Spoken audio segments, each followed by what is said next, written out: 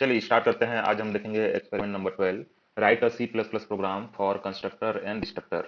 तो कंस्ट्रक्टर और डिस्ट्रक्टर होता क्या है उसके बारे में सबसे पहले देख लेते हैं। यहाँ सब ब्रीफ में देखेंगे, डिटेल में जो है क्लास में देखेंगे, ठीक है। तो ब्रीफ में कंस्ट्रक्टर और डिस्ट्रक्टर को थोड़ा समझ लेते हैं। कंस्ट्रक्टर होता क्या है, देखिए।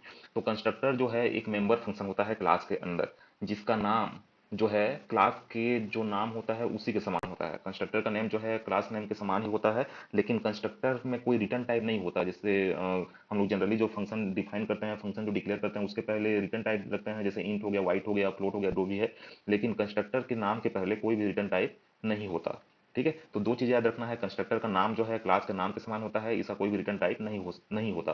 लेकिन कंस्ट्रक्टर जो है कई प्रकार के होते हैं, उसको डिटेल में देखेंगे हम लोग। जैसे डिफॉल्ट कंस्ट्रक्टर हो गया, पैरामीटराइज्ड कंस्ट्रक्टर कंस्ट्रक्टर हो गया, और कॉपी कंस्ट्रक्टर हो गया। डिफॉल्ट कंस्ट्रक्टर मतलब जिसमें कोई भी पैरामीटर ना हो। जैसे यहाँ पर एक मैं सिंपल सा सिंटेक्स लिखा हूँ, क्लास का नाम है क्लास नेम, तो क्लास नाम के समान ही आपके कंस्ट्रक्टर का नाम होगा, ये है कंस्ट्रक्टर। तो कंस्ट्रक्टर का नाम कैसा है, जो नाम क्लास का है सेम नाम आपका कंस्ट्रक्टर का है, इसके पहले कोई भी रिटर्न टाइप नहीं है। लेकिन यहाँ पर हम लोग पैरामीटर पास कर सकते हैं। जब पैरामीटर पास करेंगे तो उसको, या पैरामीटर एक्सेप्ट करेंगे, उसको बोलते हैं पैरामीटराइज्ड कंस्ट्रक्टर, ठीक है। तो ये हो गया कंस्ट्रक्टर।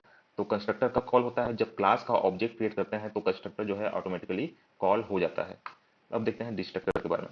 तो डिस्ट्रक्टर क्या होता है, कंस्ट्रक्टर के समान ही डिस्ट्रक्टर का जो नाम है वो क्लास नेम के समान ही होता है, लेकिन एक डिफरेंट ये है यहाँ पर कि डिस्ट्रक्टर के नाम के पहले एक ऑपरेटर यूज किया जाता है, टिल्ड ऑपरेटर।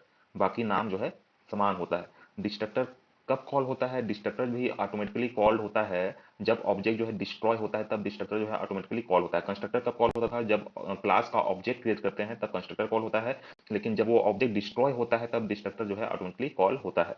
कंस्ट्रक्टर के समान ही डिस्ट्रक्टर का कोई रिटर्न टाइप नहीं होता, लेकिन कंस्ट्रक्टर में हम लोग पैरामीटर ऐसे पे भी पास कर सकते हैं, लेकिन डिस्ट्रक्टर में कोई भी पैरामीटर नहीं होता। तो ये दोनों में ये डिफरेंस है। तो डिस्ट्रक्टर का यूज किस लिए किया जाता है, मेमोरी को फ्री करने के लिए। ऑब्जेक्ट द्वारा जो मेमोरी ऑक्यूपाई किया गया है उसको फ्री करने के लिए डिस्ट्रक्टर का यूज करते हैं। डिस्ट्रक्टर मतलब ऑब्जेक्ट को डिलीट कर देता है। जब ऑब्जेक्ट का स्कोप खत्म होता है तो ऑटोमेटिकली डिस्ट्रक्टर जो है कॉल होता है। अब इसको समझते हैं एग्जाम्पल के थ्रू, ठीक है। तो ये जो एक्सपेरिमेंट नंबर 11 है उसी का प्रोग्राम है ये। तो इसमें हम लोग क्या करना चाह रहे हैं, यूजर से एक नंबर इनपुट लेंगे, उस नंबर का क्या कैलकुलेट करेंगे, स्क्वायर कैलकुलेट करेंगे। तो यूजर से एक नंबर इनपुट लेंगे और क्या डिस्प्ले करेंगे, उस नंबर का स्क्वायर डिस्प्ले करना है, ठीक। तो यहाँ पर एक क्लास बनाया हूँ, कैलकुलेट नाम का क्लास बनाया हूँ यहाँ पर। इस क्लास के अंदर एक डेटा मेंबर है और एक कंस्ट्रक्टर है। कंस्ट्रक्टर का नाम क्लास के समान होता है, पहले बताया मैं। क्लास का नाम कैलकुलेट है तो कंस्ट्रक्टर का नाम भी क्या होगा, कैलकुलेट, लेकिन ओपनिंग और क्लोजिंग ब्रैकेट यहाँ पर होगा। इसके अंदर आप पैरामीटर भी पास या रिसीव कर सकते हैं। लेकिन ये जो है सिंपल मैं कंस्ट्रक्टर का एग्जांपल लिया हूँ, डिफॉल्ट कंस्ट्रक्टर, इसलिए कोई पैरामीटर यहाँ पर मेंशन नहीं किया हूं मैं। अब ये जो कंस्ट्रक्टर है, जैसे अपन फंक्शन को डिफाइन करते हैं उसी तरीके से कंस्ट्रक्टर को भी डिफाइन करते हैं। ओपनिंग करली ब्रेसेस और क्लोजिंग करली ब्रेसेस के बीच में जो भी आपको कोडिंग लिखना है, जो भी कंस्ट्रक्टर काम करना चाहता है उसके अकॉर्डिंग आपको इसके अंदर कोड करना है। तो ये कंस्ट्रक्टर के अंदर मैं क्या ले रहा हूँ, यूजर से एक नंबर ले रहा हूँ और उसको वेरिएबल नम में स्टोर कर रहा हूँ, ठीक है। तो ये हो गया कंस्ट्रक्टर। और एक फंक्शन बनाया हूँ वाइड स्क्वायर नाम से। इस फंक्शन क्या काम करेगा, ये यूजर द्वारा जो नंबर इनपुट किया गया है उस नंबर का क्या करेगा, ये स्क्वायर करके डिस्प्ले करेगा। मतलब नंबर को दो बार मल्टीप्लाई करके क्या करेगा, इसको डिस्प्ले कर देगा। तो ये उसका क्या कैलकुलेट हो जाएगा, स्क्वायर कैलकुलेट हो जाएगा। तो अभी तक क्या देखे हमने, कंस्ट्रक्टर देखा, एक फंक्शन डेफिनेशन देखा। अब देखते हैं डिस्ट्रक्टर। तो डिस्ट्रक्टर क्या होता है, पहले बताया मैं, इसका भी नाम जो है क्लास नेम के समान होता है, लेकिन इसके पहले जो है टिल्ड ऑपरेटर लगाया जाता है। तो डिस्ट्रक्टर के अंदर एक मैसेज प्रिंट कर रहे हैं हम लोग, ताकि हम लोग को पता चले कि डिस्ट्रक्टर कॉल हुआ ही कि नहीं हुआ है। Destructor call object is destroy, ये मैसेज जब प्रिंट होगा तो हम लोग को समझ में आ जाएगा कि डिस्ट्रक्टर कॉल हो गया है। अब कब कॉल होता है डिस्ट्रक्टर, उसको देखते हैं।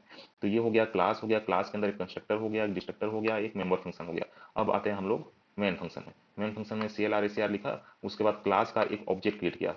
कैलकुलेट क्लास का नाम है, एक ऑब्जेक्ट बनाया C1 नाम से।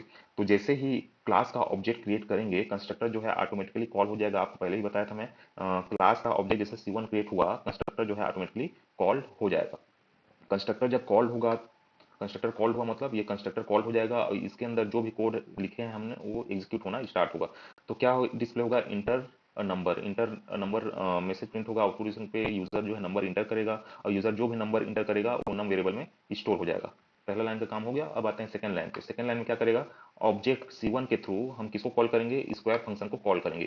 स्क्वायर फंक्शन जब कॉल होगा तो क्या मैसेज प्रिंट होगा, यहाँ पर स्क्वायर ऑफ जो नंबर यूजर किया है वो नंबर प्रिंट होगा। उसके बाद इस प्रिंट होगा, उसके बाद जो भी नंबर यूजर इंटर किया है उसका स्क्वायर होके वो डिस्प्ले हो जाएगा। क्लियर है। तो यहाँ पर क्लोजिंग ब्रैकेट लगाना, जनरली हम लोग यहाँ वाइड मैन के अंदर जो है क्लोजिंग ब्रैकेट नहीं लगाते। वाइड मेन जब खत्म होता है उसके बाद एक क्लोजिंग ब्रैकेट लगाते हैं। अगर कोई फंक्शन डेफिनेशन है तो वहां पर तो लगाते ही हैं, लेकिन सिर्फ अगर एक ऑब्जेक्ट क्रिएट किए हैं और फंक्शन कॉल किए हैं तो ये ओपनिंग ब्रैकेट और क्लोजिंग ब्रैकेट नहीं लगाते। लेकिन यहाँ पर क्यों लगाए हैं ये आपको बताने जा रहा हूँ यहाँ पर, ठीक है। तो ये जो डिस्ट्रक्टर है, डिस्ट्रक्टर कब कॉल होगा, जब हम लोग ये जो है होना था यहाँ पर,